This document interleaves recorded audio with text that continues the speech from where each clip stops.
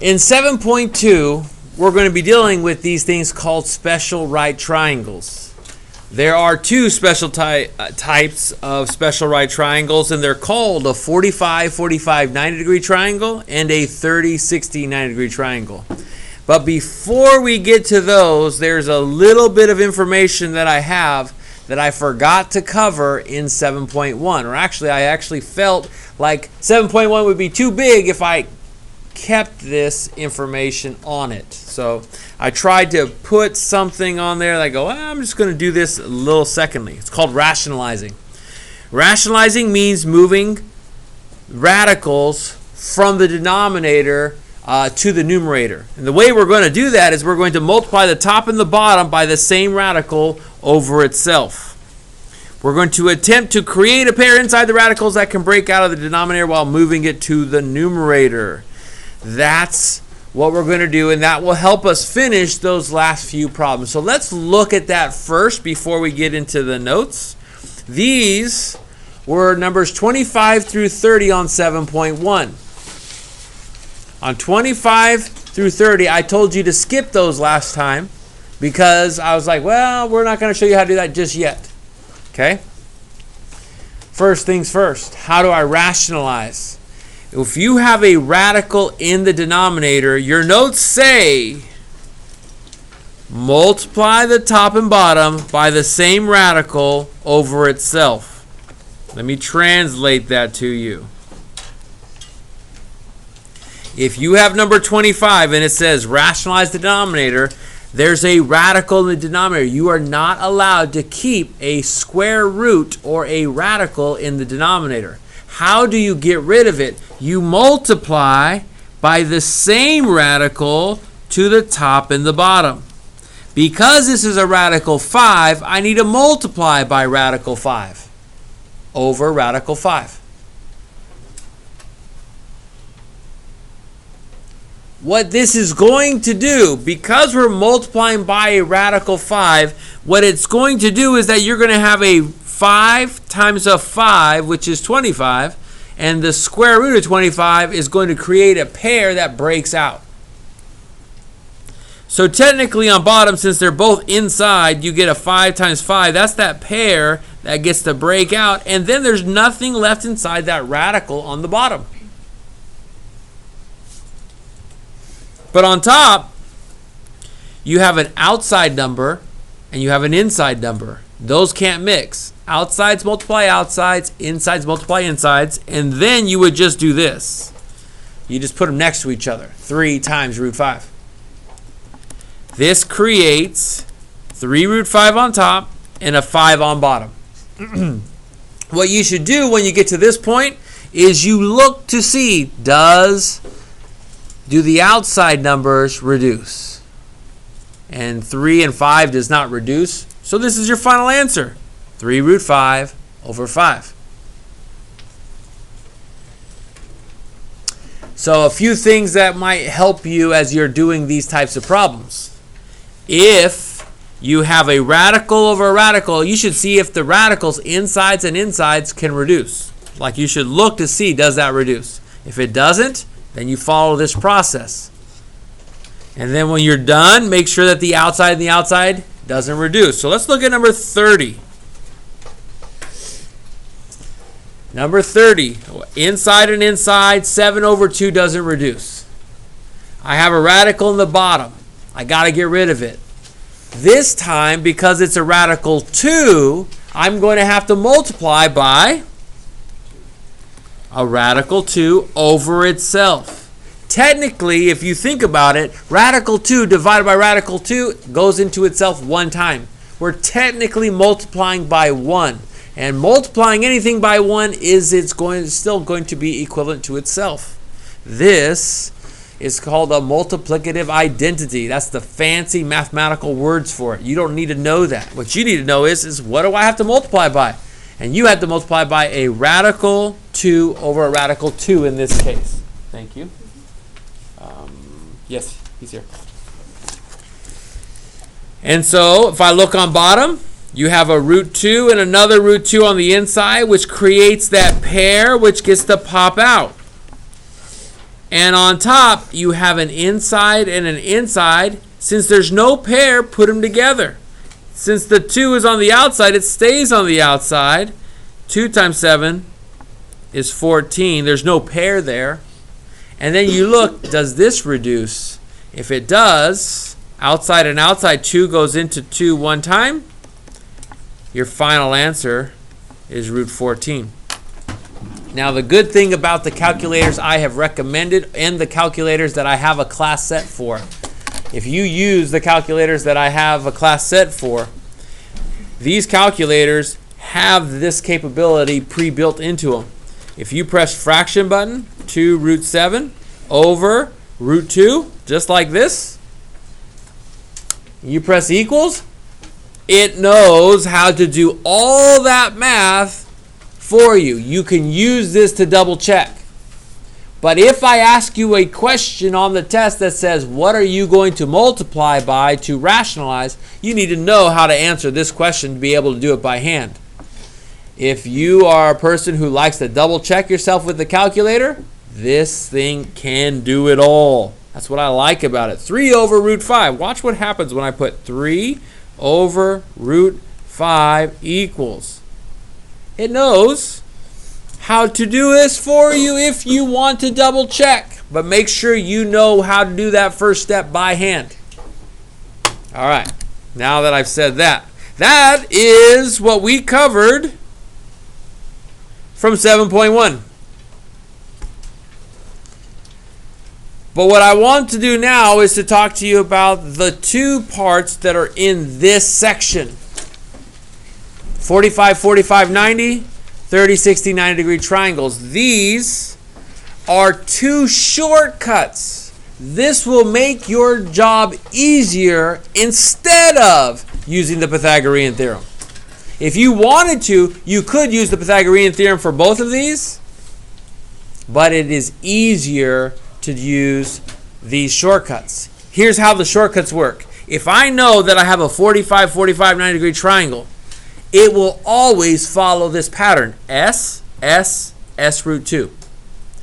Meaning, let's say I had a 45, 45, 90 degree triangle just like this. Let's say I have a 45 degree angle there, and I have, let's say, a 6, and an X and a Y.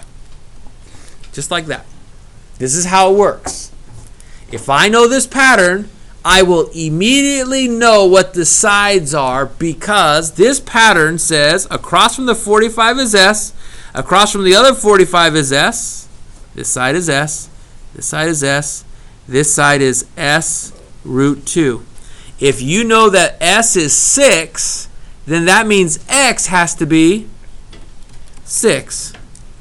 And since S is multiplying root 2 where the Y is, then that means your Y is 6 root 2. There is no work when you know the pattern. The pattern is going to save you time. Let's do another one. Let's say that I had a 45, 45 degree, 90 degree triangle, but this time it looks like this because they're going to try to trick you. They're not going to want to tell you it's a 45, 45, 90. They're going to say, oh, it's an isosceles right triangle, meaning these 2 angles are the same because it's isosceles, meaning those are 45s. They might throw it like this. Let's do 7 root 2. X, Y. You go like that and you look at it and then you say, okay, well, if this is 45 and this is 45 and this is S and this is S and this is S root 2, you can look at that and just go, well, S has to be 7. That means X has to be 7 and Y has to be 7. There's no work to it. You just have to know the pattern. For a 45, 45, 90 degree triangle, it's S, S, and across from the 90 is S root 2. The way that I remember it is I go, there's 2 angles the same. There's got to be a root 2 in it because 2 angles are the same. Whereas in the 30, 60, 90 degree triangle, there is a root 3. Well, there's 3 different angles, so there's got to be a root 3 in it. Now, the way that the 30, 60, 90 degree triangle works, across from the 30 is S.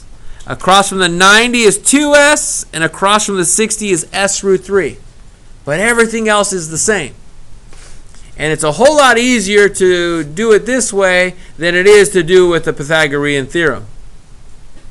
If you wanted to, you could actually draw out an equilateral triangle and go, hey, 60, 60, 60, let's draw this perpendicular bisector, cut that in half, and you would realize that this is 2s, that's s, and this is going to be s root 3 if you did the math behind it. That's what they did here. It always works using Pythagorean theorem. Matter of fact, same thing here. They did the 45, 45. They did an x squared plus x squared equals y squared. And they got the 2x squared equals y squared. And then they square rooted both sides. And that's where they get that root 2. It always works. And they figured this stuff out by using Pythagorean theorem, in case you wanted to know. So how does the 30, 60, 90 degree work? Let's say I knew what this one was. Let's do it like this. Let's change it up because sometimes they do this. They're usually only going to give you one angle. And then across from the 30, they may give you like a 13. And then they will say, what is this? X, and what is this?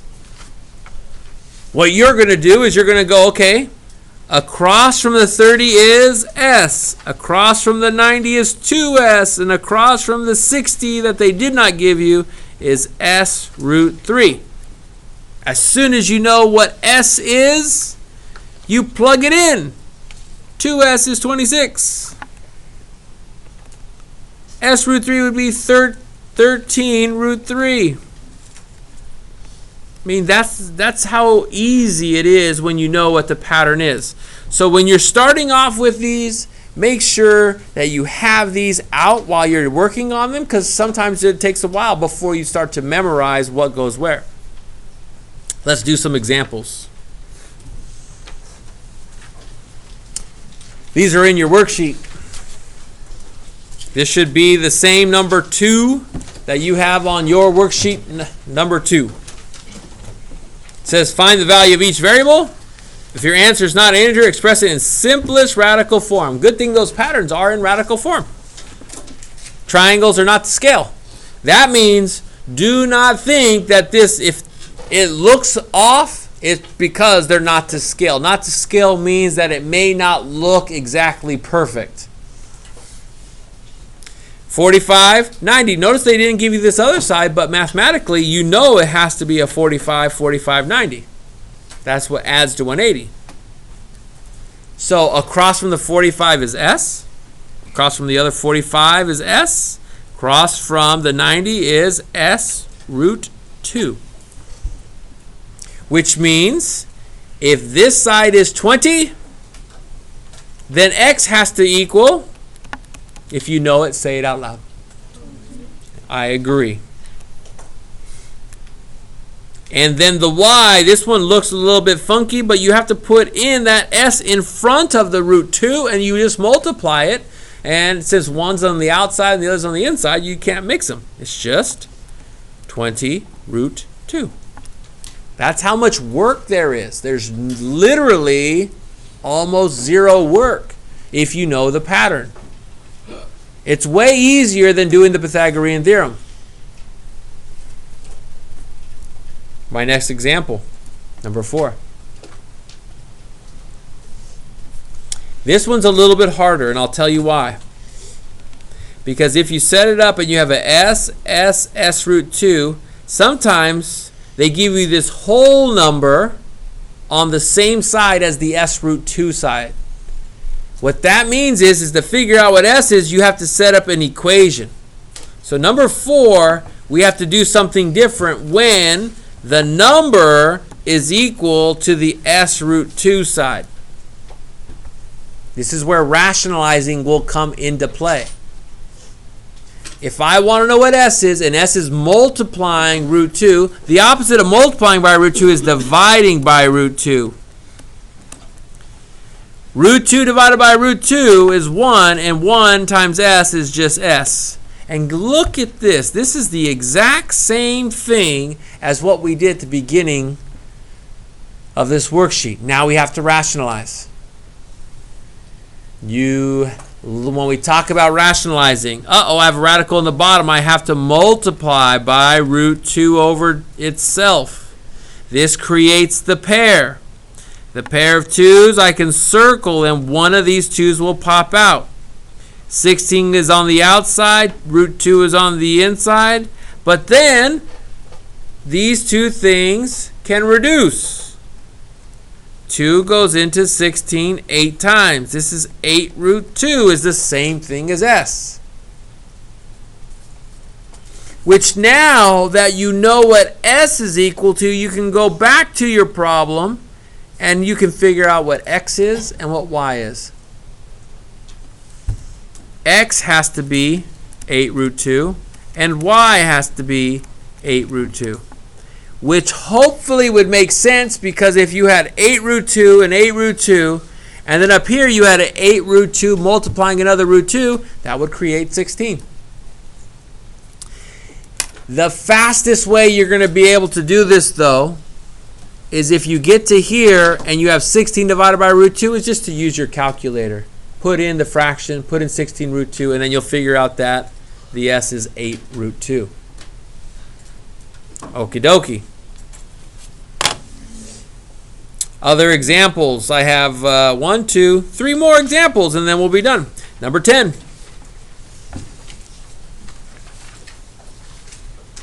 Different triangle, because this is a 30-degree angle. That's a 90, so the other angle has to be 60. First thing I would recommend that you do, across from the 30 is S. Put an S next to it. And I always put them on the inside of the triangle. Across from the 90 is 2S. Across from the 60 is S root 3. If you label each side of the triangle just like that, then you go off of the thing that you know. This is what you know. 20 is the same thing as 2S. Well, if 20 is the same thing as 2S, you could solve that if you wanted to and figure out what S is equal to. Divide by 2, S is 10. Now, if S is 10, that tells you which letter is 10, because we already wrote down S and S root 3. X has to be what? Say it out loud. I agree. Now that you know what S is, you can now figure out what Y is. This answer is a little bit different, but you would just say the number times root 3. Our answer is 10 root 3. If you said 10 radical 3, that's the same answer. I would also say you're doing it correctly. Now let's get to something harder. Number 15. Number 15 is harder because they threw in us root 6. Root 6, what? And so we're going to have to figure out, everything's going to have radical in it. 30, 60, 90. The first thing I do is I figure out my angles. The second thing I do is I label each side. Across from the 30 is S. Across from the 90 is 2S. Across from the 60 is S root 3. I do that every single time for a 30, 60, 90.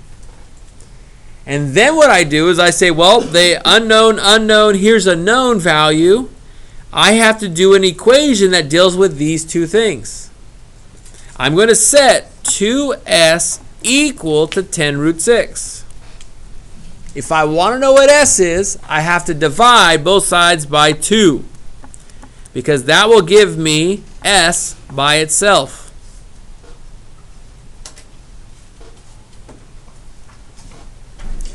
These numbers are on the outside of the radical. Outsides go with outsides. Outsides cannot go inside a radical. So the 2 can only see, can 2 go into 10? 10 divided by 2.